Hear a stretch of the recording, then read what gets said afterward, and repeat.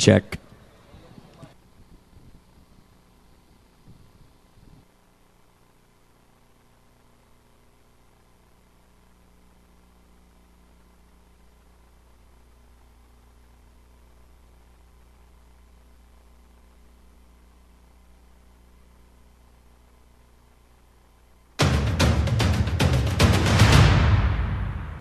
All right, this is the last one for the day, the 2:30 edition of the Cup Insider. Once again, your host, Daniel Fennel, along with Alan Gray.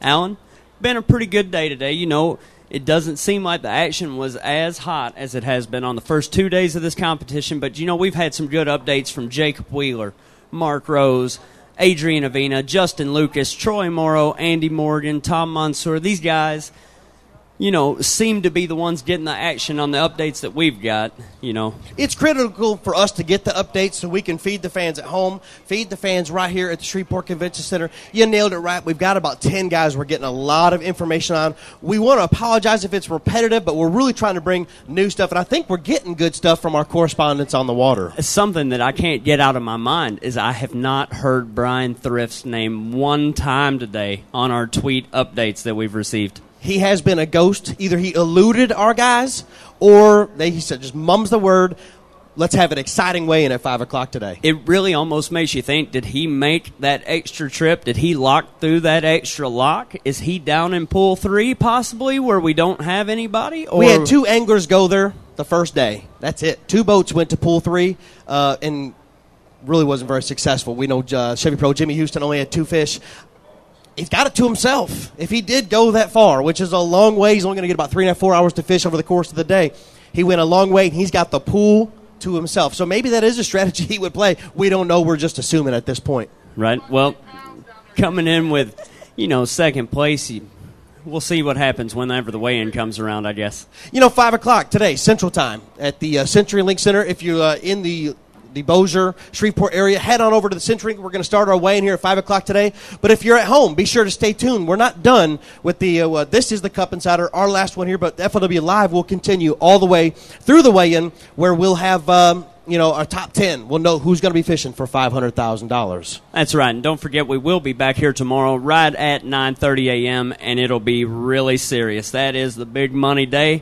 We're giving away the big money, $500,000. Is going to one of these guys tomorrow. We're going to have an opportunity tomorrow, too, on the Cup Insider to really look at each pro that's on the water. There's only 10 of them.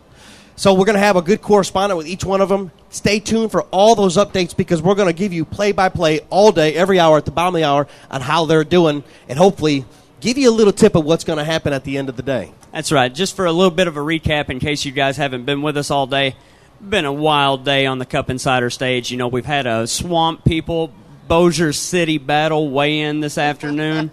Guys catch gators, but they can catch bass, too. I believe they're better at catching gators from what I saw on the way-in, but don't tell them I said that.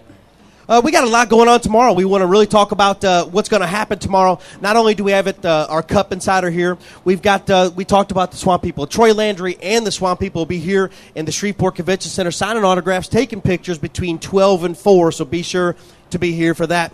Not only the Swamp People be available tomorrow, we've got a fantastic free concert. The country performing artist Dylan Scott will be performing just prior to our 5 o'clock weigh-in at 4 o'clock over at the CenturyLink Center. So be sure you're over there. Get you a good close seat for that. And he's been fantastic. All year he's been performing with the tour. I got to see him at the All-American. I was actually shocked and pleased by his performance. So I know it's a treat that y'all are going to want to be at. Oh, it's good stuff for sure. Something else we're going to try to incorporate for tomorrow. If you are a fan of the FLW page on Facebook or anything like that, or on our Twitter, go ahead and submit us some questions because every episode that we do tomorrow, we do plan on having a pro angler with us. So shoot some questions to our Facebook page or over to our Twitter page, and we'll see if we can't get those questions answered for you by those pros. Social media has changed the lives of a lot of fishermen and a lot of companies, and this gives an opportunity for the fans to ask their questions to the anglers, and they answer them right here on y'all's stage, basically, right here at the Cup Insider. You know, we've had a ton of updates on the water. We've got one coming up here by Kyle Wood. It's right there on the Red River. He's been working all day. Take a look at what he has to say now. All right, last report of the day. We're actually just kind of getting right back towards the ramp and fixing to head in, but there's kind of two things we've seen this afternoon. Thing number one, is the frog bites definitely kind of turning on. Ray Scheid, Randall Tharp, Jacob Wheeler, all kind of cruising around the backwaters and all the pads throwing frogs. I haven't been back there myself. I talked to Brett Carlson. He was back there messing around. Guys are getting blow-ups. Same thing, standard frog fishing, hooking percentage, not that great. The other kind of cool thing we've seen today is JT Kenny and Troy Morrow are two guys that are basically just saying, I'm going to go fish. And they're just fishing whatever looks good. JT had a 3.5 or 4 pounder. He said he wasn't really sure.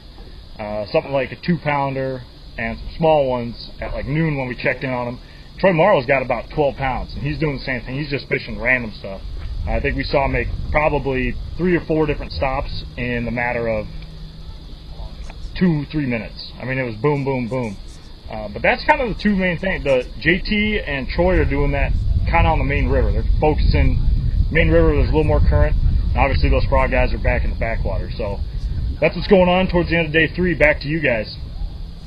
All right, good stuff right there. Kyle Wood on the water. You know, he mentioned a lot of guys there, a lot of tactics that they're doing, but it does seem like it's transitioning to a frog tournament. We heard the top 3 guys probably throwing a frog. Yeah, well, I don't know about a frog. I mean, a lot of guys are catching them on a frog, but I just heard my buddy, my traveling partner, JT's got a pretty decent bag. I think he's in 11th coming in, so he might make a little move. And, man, you never know if the guys in the top didn't catch him, and maybe Larry didn't catch him, but we haven't heard anything from Brian Thrift, so maybe my buddy can sneak up there and then tomorrow have a 14 or 15 pound day, and you never know. With the weights we saw on day 1, we know nobody's out of it tomorrow. As long as they can make it to Sunday, the chances of them winning this thing, it's there. Yeah, you're not going to make it if you're in 11th. You're not going to win. It's impossible. Yeah, once you get past all the guys and you make it all the way to the top 10, it's anybody's game. And this place has got them. It's not, obviously it's the wrong time of year to catch big stringers, but they're still here, and proved it on day 1, 2 18-pound stringers. Could happen again. If we see these 18-pound stringers coming today, it's really going to push them far from the rest of the field. We're hearing footsteps. Showtime. We got him on the stage. Showtime. Look who just checked in. The Ranger Pro Ish Monroe paid us a visit here at the Cup Insider. Yo, Ish! What's going on? You guys start talking about frog fishing, and my head kind of pops up out of nowhere like, hey, frog fishing. Came right out of the crowd. Yeah, frog fishing. I mean, you're talking about, guys going down to pool 3. I made the run down there day 2. I caught 10 pounds down there. There's an opportunity to catch a big bag if you can put it together. I know Thrift spent some time down there, and, he practiced down there. I didn't practice down there, and I still went down there and caught 10 pounds. And, 10 pounds is a decent stringer at this place. So if you get a little bit of practice, you catch 12, 13, 14, he's going to be hard to beat. I've got Nixon in the back of my mind, too. He's the general. I mean, he's always going to catch them, and he loves to fish slow. And that's the one thing about this place is you got to fish slow. But you got Tharp, excellent frog fisherman. I think I taught him a little something every. Hey, let me ask you something about pool 3. Do you lose cell service when you go that far out? Is that maybe why we haven't heard from Thrift? You do lose a little bit of cell service down there, especially depending on how far he goes. Okay. There is a new gas dock that's down there that hasn't been there in previous years, so guys haven't made the run. I actually found it and filled up down there, and, there's some beautiful water. Water clarity is actually better than it is on 4 and 5. So we're here supposed to update all the tournaments, and we may not even know about one of the guys. It could be he could have a 15, 16, 17-pound stringer down there? Yeah, down there. The biggest stringer that I ever caught on the Red River was close to 20 pounds, and it was caught on pool 3, and it took me about an hour to do that. All right. That's awesome, actually, because we're here to update everyone, but we didn't get any updates from Brian, so could be a bit, a great weigh-in. It's the unknown. It's the unknown. If they get down there, they don't have cell service. We don't know, and that's why it's critical. Right. 5 o'clock. Yeah, 5 o'clock is going to be very important. I'm pushing for a guy to win on pool 3 because I've always said that you can win down there, and then so many times I've proven it wrong. And if the guy actually wins down there, then I know that I can make that run. I knew it could be won on pool 3. So I'm really hoping that he went down there and he comes out with this astronomical sack and prove me wrong. Of course, we're all speculating on the pool 3 run, but what we do know is Jacob Wheeler's been fishing the frog today. He's getting the fish to show themselves they're boiling, but they're not connecting on his frog. So what we found out that he's doing, he's throwing a Trigger X flutter worm back behind it. you're a frog specialist. You've got your own frog line. Is that something that sometimes these pros can do? Let that worm maybe sit on the bottom? Yeah, the 1-2 punch. Jacob Wheeler, gosh, the guy's won the All-American. He's won the FLW Cup in the last 2 years. What does that tell you about a guy? He's here to fish to win. He has the knowledge, even at a very young angler, to go out there and catch him. So I would look forward to him doing that 1-2 punch and it paying off. So he's throwing that worm behind the frog. Guys are talking about blow-ups. I mean, I had so many guys who say, oh, man, what do? They blow up on the frog. They don't get it. Well, if you don't throw anything back in there on them, you're not going to catch those fish. And he's found something that they're going to eat. So I look forward to Jacob probably coming in with a really good sack. Man, this is it. The Cup Insider. The last one. Day 3 of the Forrest Wood Cup. Got Keystone Pro, Chad Grisby, Ranger Pro, Ish Monroe, sabotaging the set. Give them a round of applause. We're your hosts, Alan Gray, Daniel Fennel. We're signing off for the last time today. Good luck and God bless.